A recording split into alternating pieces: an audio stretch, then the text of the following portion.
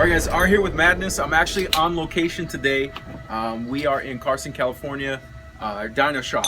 And actually what we want to do is take you around the shop, show you the amenities that this dyno offers and how it's going to be the best setup to get really consistent results that we need when we're testing products that we put on the cars.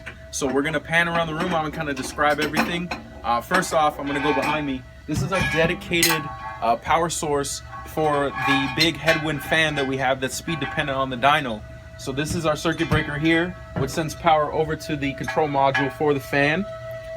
And then from here, it actually leaves this guy and it runs, if you follow this black cord, into our RPM dependent fan that creates the headwind to cool off the car. What this does is as the car is spinning on the dyno and the RPM is going up, this fan actually increases in its velocity to simulate road conditions of the car. What we're going to do is I'm going to walk across the front of the fan here. If you see Mustang dyno brand new in-ground installation, what that means is we have the ability to do all-wheel drive, front-wheel drive, rear-wheel drive. We can do whatever you want, and it's run as the car is suited. So in this case, we have a Maserati Ghibli on the dyno. This is a rear-wheel drive configuration. So although you do see front rollers, these are actually not being turned on the dyno. What that means, in layman's terms, you're not going to get parasitic loss because you're not having to turn these. What's getting turned is just the rear wheels because it's a rear-wheel drive car. So that's what we're going to measure. A lot of other dynos, you only have one or the other option. You can either run it on all-wheel drive only, you can run it on rear-wheel drive only, so you're kind of at the mercy of the operator. This facility has the amenities to run whatever combination or car is equipped with, so that's beautiful. The next thing we have, as you can see, it's well lit. What does that mean? That means our videos are gonna look nice. They're gonna report nice. We have the big screen on the back of the wall over here that displays the dyno graphs. We have another one for the operator to watch while the dyno's running. What does that mean? It's very safe. If he sees something that's inconsistent in the run, he shuts it down soon. You don't want knock, detonation, any of that stuff. So we have the best setup that you can have for the cars that we're going to be running at Madness Autoworks. And then lastly, if we pan over here, we have the actual setup, the main computer that everything's run through. And again, this is just showing you the same thing that we see on the multiple screens that you see when the room pans around. The same outputs. In this case, we have ignition timing advance, we have PSI, air fuel ratio, boost or vacuum depending on how the car is running. In this case, this is a turbo application, so we see boost and vacuum, engine coolant temperature, and RPM. So just kind of wanted to give you a little background on how we set everything up, how everything runs. And now we're at the back of the room. This is an enclosed room, so these big doors, as we pan out, these close up. That creates a nice sealed environment so that we can keep the temperature consistent, so we're not at the mercy of whatever it is outside. This is also temperature controlled with a thermostat, so it's at optimal temperature for running. And then the other thing is, not only do we have that speed dependent fan there, we have 3 exhaust fans that move quite a bit of CFM across this whole room. So everything gets vented out. That means fresh air in, that means temperature is very well controlled. All in all, just a perfect setup for anything you want to dyno. And a lot of people are used to on dynos, those little carpet blowers, those like maybe 36-inch fans that you put. Now, I want you to look up here above us. We have about 5-foot exhaust fans that are venting the air out of the dyno and keeping it circulating through the room. And then in the front of the dyno, as we kind of mentioned, that RPM dependent fan that is also in and of itself about 48 inches in diameter. So we're not using smaller rented products to move air across the car. We're actually able to simulate real-time road conditions, which is what you want. You want to have your car perform and tuned at the environment that it's going to see. So that's what we do here. Okay, so now I'm outside of the dyno room. Well, I'm outside of the room in another room, and that's how it's constructed. It's a room within a room. So not only is this noise and safety compliant, but it's also airtight, so that, again, we can keep those conditions. So as you walk, you can see, for observers, you can watch your car being dynoed through the dyno room. It's kind of like an observation deck. But what this allows us to do is it just allows consistency. And it allows something that, as you watch this video, you can see that we're using state-of-the-art technology and a facility that is going to be able to give you confidence in what you buy and what you install is what you're going to get on the road when you put it on your car. Because it's been verified, it's been tested right, it's been tested properly. We have the Maserati Ghibli on the dyno, as you can see, but what else have we been dynoing? What have we been doing? We've been doing our abarts with various combinations of ECUs, intakes, exhaust, downpipe, intercoolers, pulleys, whatever other features that we have on there. For the Ghibli here, we have our max power ECM. It's a plug-and-play module, really easy to install, easy to put back to stock, fully user adjustable with the Bluetooth module feature, just basically easy to use, quick power.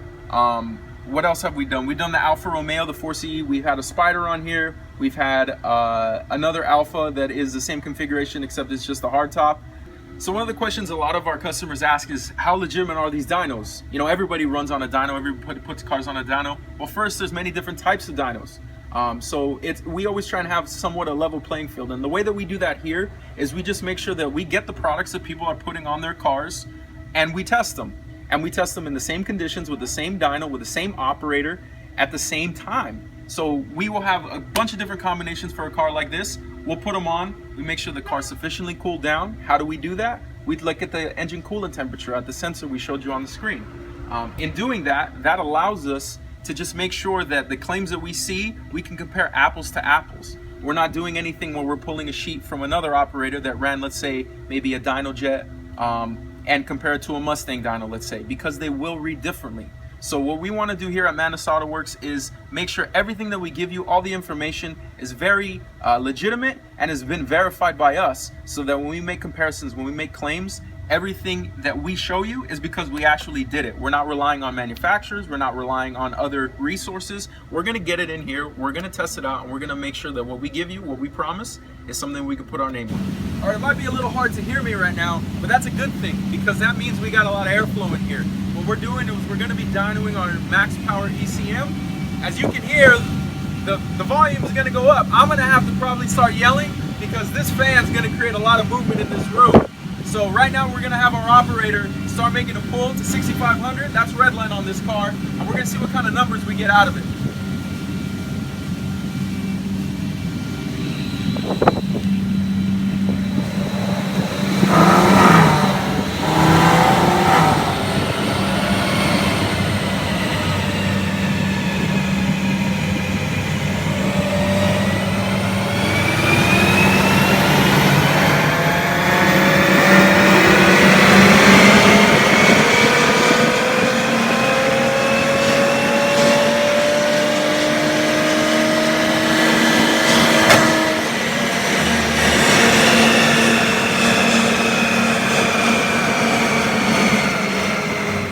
Did was a stock run on this dyno to get a nice baseline.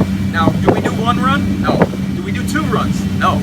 We did about 6 to 8 pulls on this car to get a nice baseline. What that's going to allow us to do is overlay those dyno graphs, and when we give you a run and we say base run versus the max run, we're going to give you an average of those runs. so that we're not just going to pick and choose the lowest numbers to make our gap seem the highest. We're going to give you real-time horsepower, real-time torque, and real-time gains. And that's what you can come to expect from Madness Autoworks. We're going to do another pull right now.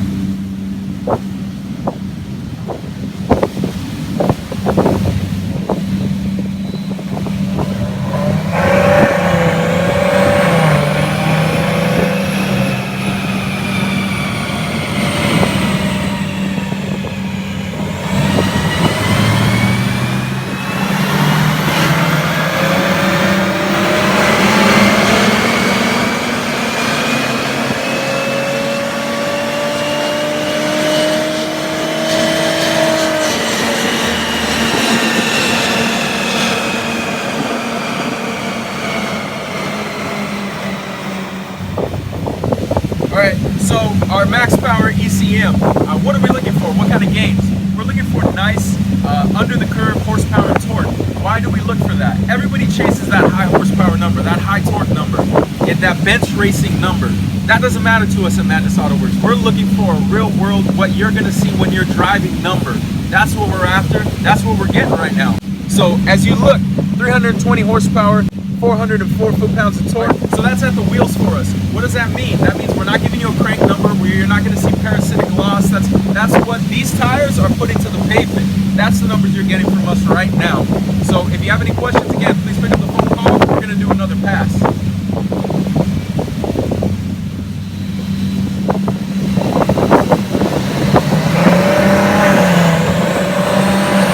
So as you can see on this last run, we got a higher output in horsepower and about the same torque. So again, averaging out all the runs, we're going to give you a nice reliable number. We picked up about 20 horsepower on that run. As the box adapts to your car and you do more driving, you will see an increase in the power output. So, and not only that, but the box is controllable via Bluetooth. So that means if you have a phone, which all of us do, you can control it. Eco mode, Sport Plus mode, Sport mode, or off. If you let your kids drive the car, you don't want them to have all that power, do you? I know I don't. So you're going to turn that off. What we're going to do now is we're about done with the Ghibli. We're going to get it off the dyno, and we're going to go ahead and pull another car on it.